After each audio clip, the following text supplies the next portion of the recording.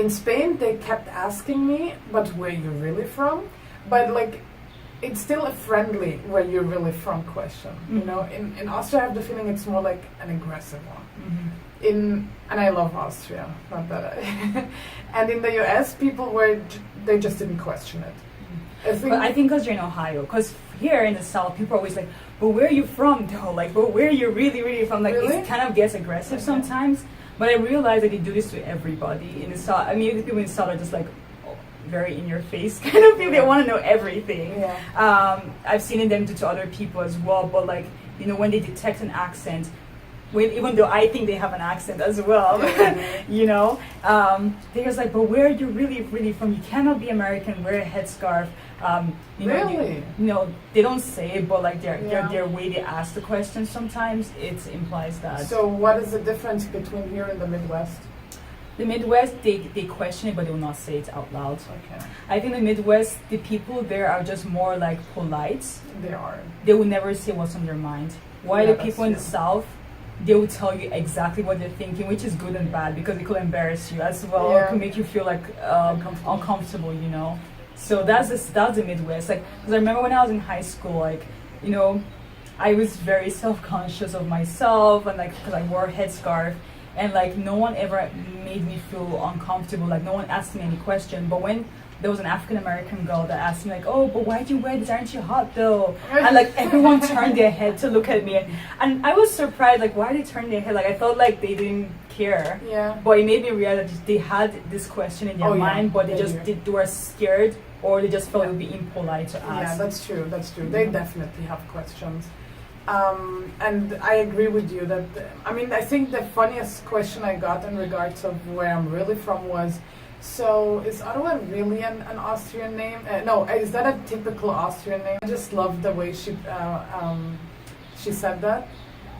But I kind of agree with you because one day I gave my students the platform to ask me all the questions they had about Islam and Muslims, and the question I got were overwhelming. I was like, yes, you guys have questions and you need answers. I mean, I think like people should not assume things, and as long as you don't ask in a rude way, you know, just asking like in a way like you actually want to understand or know, and like I think it clears a lot of ignorance that people have of others. In Austria, for example, when I get easily annoyed when people just ask me where you're really from, when I tell them I'm from here because that's the country I was born and raised.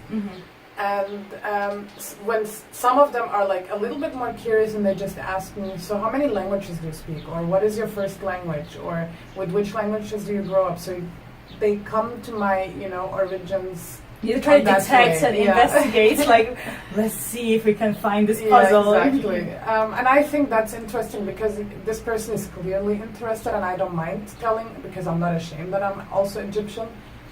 But I just don't like it when people deny my Austrian whatever. Yeah. What do you love about Spain that you don't like here?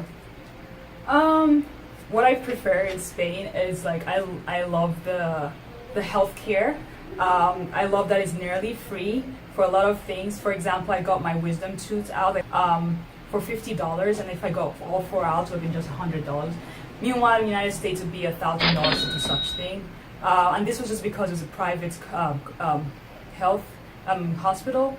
If it was a public, it would have been free. I love the food, how healthy the food is. Their salads and their oranges are way more fresher than the United States. Like, even if the United States this is like naturally squeezed, whatever, is really cannot compare to Spain's natural food. I love that I can travel for affordable amounts of money. Like, people always looked at my Instagram and whatever social media I put up my stuff and like, oh wow, Karima, you travel so much. But like the amount I used to like travel to New York for a weekend, I could go to like Asia and come back and still have more money from Europe, you know? I'm just like, it's crazy. So that's something I prefer in Spain or maybe Europe in general. It's also easier to travel to all the countries. Yeah, and your like public transportation is so like easy, convenient, affordable. I love it. Okay, so what do you like about America? What I like about I don't even know if I have the words to describe what I actually loved here, but definitely prefer the big portions when you order in a restaurant. Small size of ice cream in Vienna is like, you know, 3 very small scoops, but in here in the US it's like really you know, the shovel. Gigantic. It's like a shovel. The shovel like in my cup. I already mentioned that, like, the friendliness of the people, the small talk that you can have with people in the subway, when, you know, like that one time when I was just talking to a girl in the subway because she was reading the same book as I did. People are willing to discuss things with you more, even if it means that will make me or them uncomfortable. That was definitely my experience here. Friends that were really close to me started asking me all kind of questions. Meanwhile, I have the feeling in Austria, I really have to be best friends with them almost until they start asking me questions that I want to know.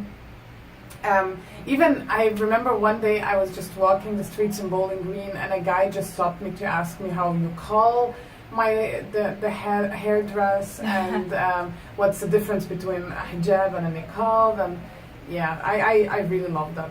I like, well, diversity. I would say, like, I mean, diversity in the media. You don't see, like, no, Bowling Green definitely not.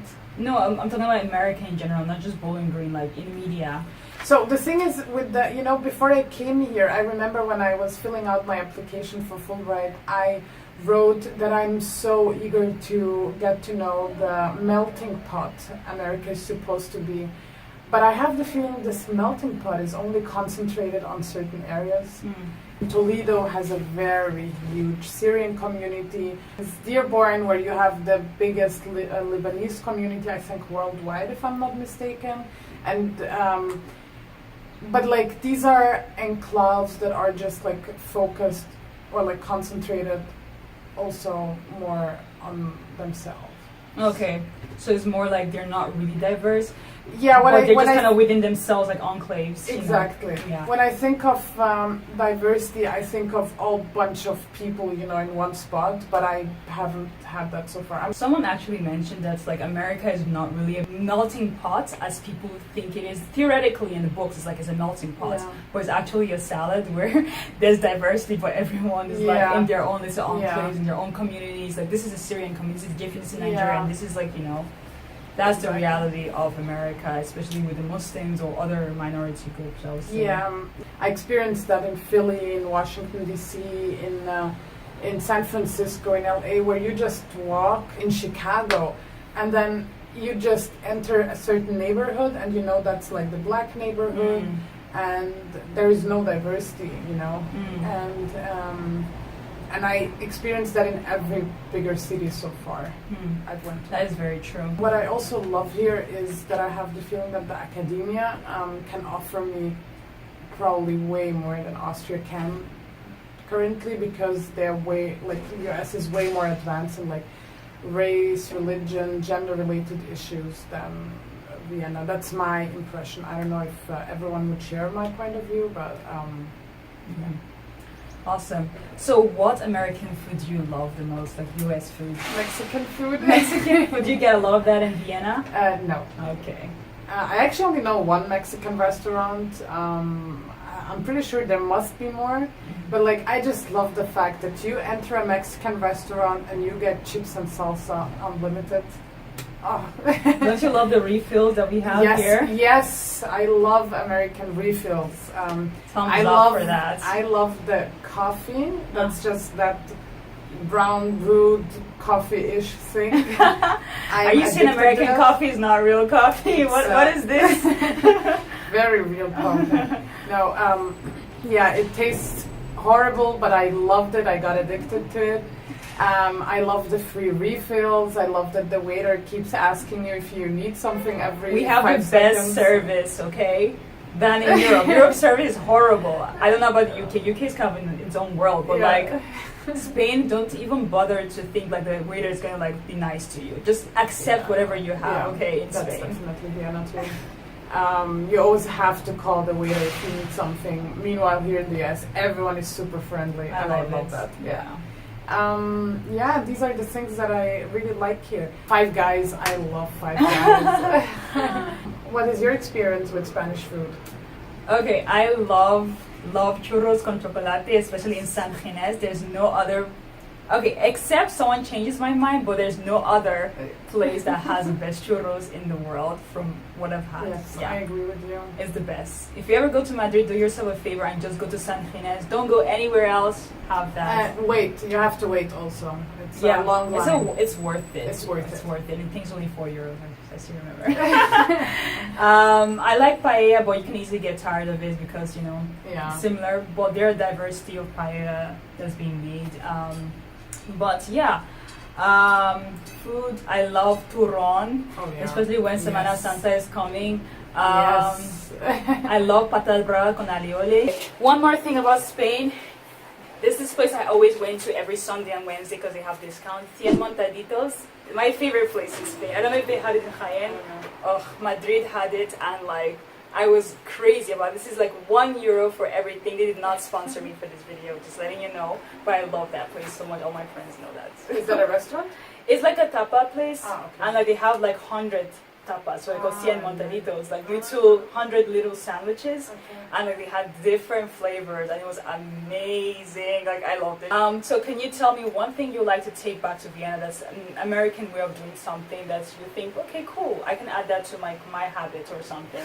Definitely be friendlier to people, invite them more to my home, be more open-minded. For me in Spain, I think like basically being more siesta. Honestly, I always took siesta before I went to Spain, so that was never really a problem. But basically being more generous with people. Like there's something in Spanish culture I love. For example, when it's your birthday, instead of people like giving you gifts, you actually give them gifts. So like there's this culture of always giving. I love that. And then this one is kind of funny because like even in Islam it kind of encourages like always brushing your teeth every time you have a meal or something. They do that in Spain because their culture is very like personable. So when they talk to you very close. And it could be very uncomfortable. I was very uncomfortable at first because in Americans love like our personal space. And like in Spain everyone's so close to you. Everyone like I had a guy talking to me and he was like in my face. If he spats, I could have received everything. Okay, that's how uncomfortable. So after every meal, many Spanish people brush their teeth, and like it's encouraged in Islam to always like clean yourself and clean your mouth. So now you have an insight of what it's really like to live in Europe versus living in America. Not everything you see in the media is really true. You just have to live it and give people a chance and get to know them.